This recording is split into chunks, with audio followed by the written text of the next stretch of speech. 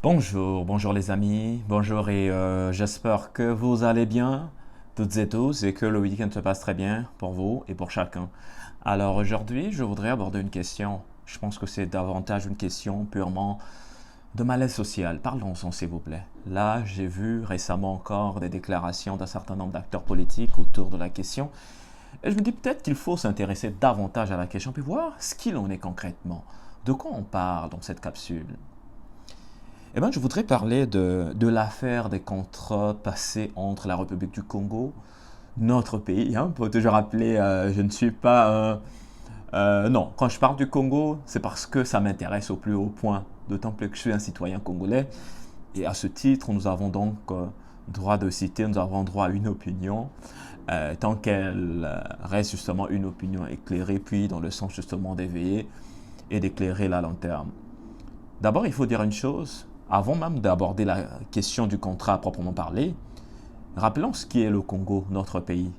La République du Congo est un pays à vocation agricole. Nous avons plus, dans l'estimation officielle, on parle de plus de 10 millions d'hectares des terres arables, donc des terres propices aux activités agricoles. Et malheureusement, ces terres, aujourd'hui, pour l'essentiel, sont non exploitées. Donc, nos terres sont là, mais sont non exploitées, simplement parce que l'agriculture n'est pas un secteur développé dans notre pays. Donc, dans les 10 millions d'hectares des terres arables que nous avons, à peu près dans les statistiques officielles, on parle d'approximativement autour de 5 à 10% de ces terres sont exploitées. Et donc, on va dire la partie la plus importante, ou du moins l'essentiel, en fait, elle est là, cette terre. Elle n'est pas exploitée.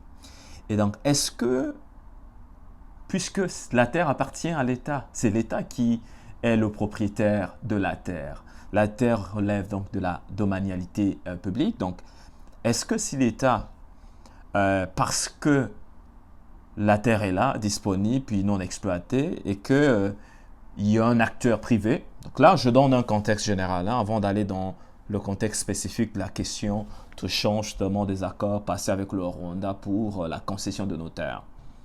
Donc, un acteur économique privé qui voudrait donc s'investir dans l'agriculture, puis qui voit qu'il y a du potentiel, puis il veut se lancer là-dedans, puis demander à l'État d'avoir des autorisations d'occuper un domaine public, donc des terres qu'il voudra donc utiliser pour faire des champs, des grandes plantations de cacao, de café, de thé et j'en passe. Est-ce que ce faisant, si l'État décidait de lui concéder, que la concession, ce n'est pas une cession. Il faut toujours expliquer. Une concession, ce n'est pas une cession. La cession, c'est la vente. En droit, on dit la cession, c'est une opération de vente. Quand on dit que vous avez cédé votre maison, en fait, vous l'avez vendue. Mais quand on dit que vous avez concéder, ça peut aussi signifier vendre, mais attention, généralement, quand on dit une concession, ça veut dire que vous donnez à quelqu'un la possibilité d'utiliser un bien qui vous appartient selon un délai communément adopté ou du moins négocié et moyennant justement indemnité parce qu'on ne va pas décider de donner son champ à quelqu'un puis qu'il l'exploite pendant 2 3 ans puis nous on n'a rien. Généralement quand on parle d'une concession ça veut dire que l'exploitant, celui qui va utiliser le bien concédé doit vous rétribuer moyennant voilà, indemnité, donc ça peut être l'argent, ça peut être qu'importe. Donc il faut juste comprendre, quand on parle de concession, il faut toujours faire la différence entre une concession et une cession. La cession, c'est la vente. Et la concession, un contrat de concession, généralement, c'est un contrat de louage, en quelque sorte. Tandis qu'on vous loue des terres pour une durée, vous allez les exploiter, vous allez en faire une activité économique moyennant justement l'État peut réclamer des indemnités par rapport à ça, c'est pas gratuit. Voilà. Maintenant, est-ce que ce faisant, si on décidait comme parce qu'on a des terres qui sont là et qui ne sont pas exploitées, et que il y avait des gens qui étaient intéressés à investir, puis à développer des activités de l'agro-industrie, et que ça va générer de l'emploi, du revenu, puis ça va voilà, ça va comme entraîner de la taxation pour l'État qui va en bénéficier, de l'emploi pour des Congolais qui vont y travailler dans ces usines, dans ces grandes usines de transformation, tout ça. Est-ce que ce faisant étude, c'est une mauvaise chose? A priori, je dirais non. Je pense que dans le cadre sûrement des contrats de public-privé, il peut arriver effectivement qu'un acteur privé qui voudrait investir dans notre pays, qui arrive, puis qui voudrait s'installer dans un domaine relevant de la domanialité publique, eh bien, cet acteur peut demander l'autorisation d'occuper le domaine public. Je pense que même nous, dans nos villes, là, quand on met nos kiosques dans les rues, on demande l'autorisation d'occupation du domaine public. Vous voyez? Donc, c'est comme une concession que l'État vous fait d'occuper le domaine public pour voilà, une fin précise et suivant une durée définie dans le contrat de concession.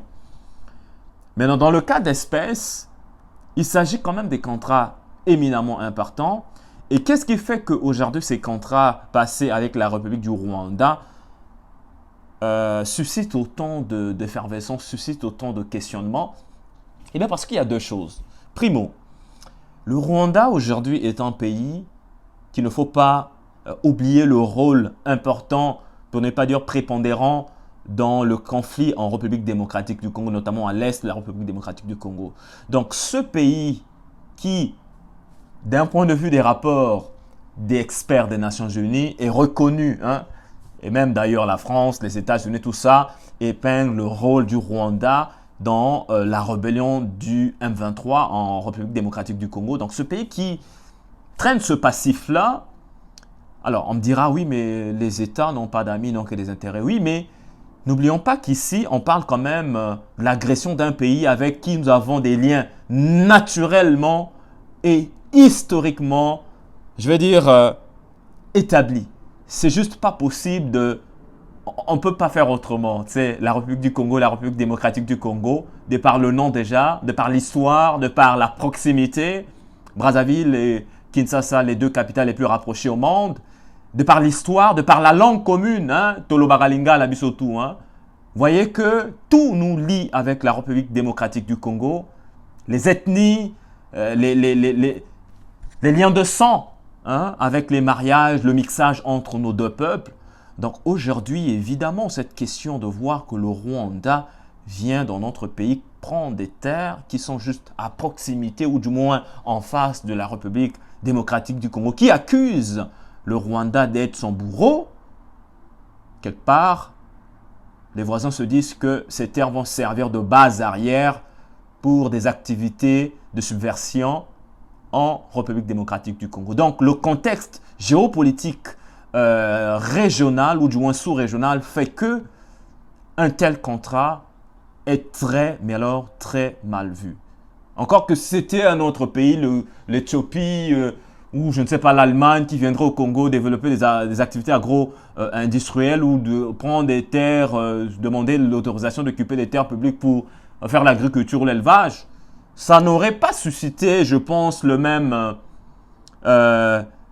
réprobation qu'aujourd'hui, parce qu'il s'agit du Rwanda, et malheureusement, le Rwanda, c'est un petit pays d'à peu près 26 ou moins de 30 000 km², voyez, avec une population qui est peut-être le triple de la République du Congo, mon pays.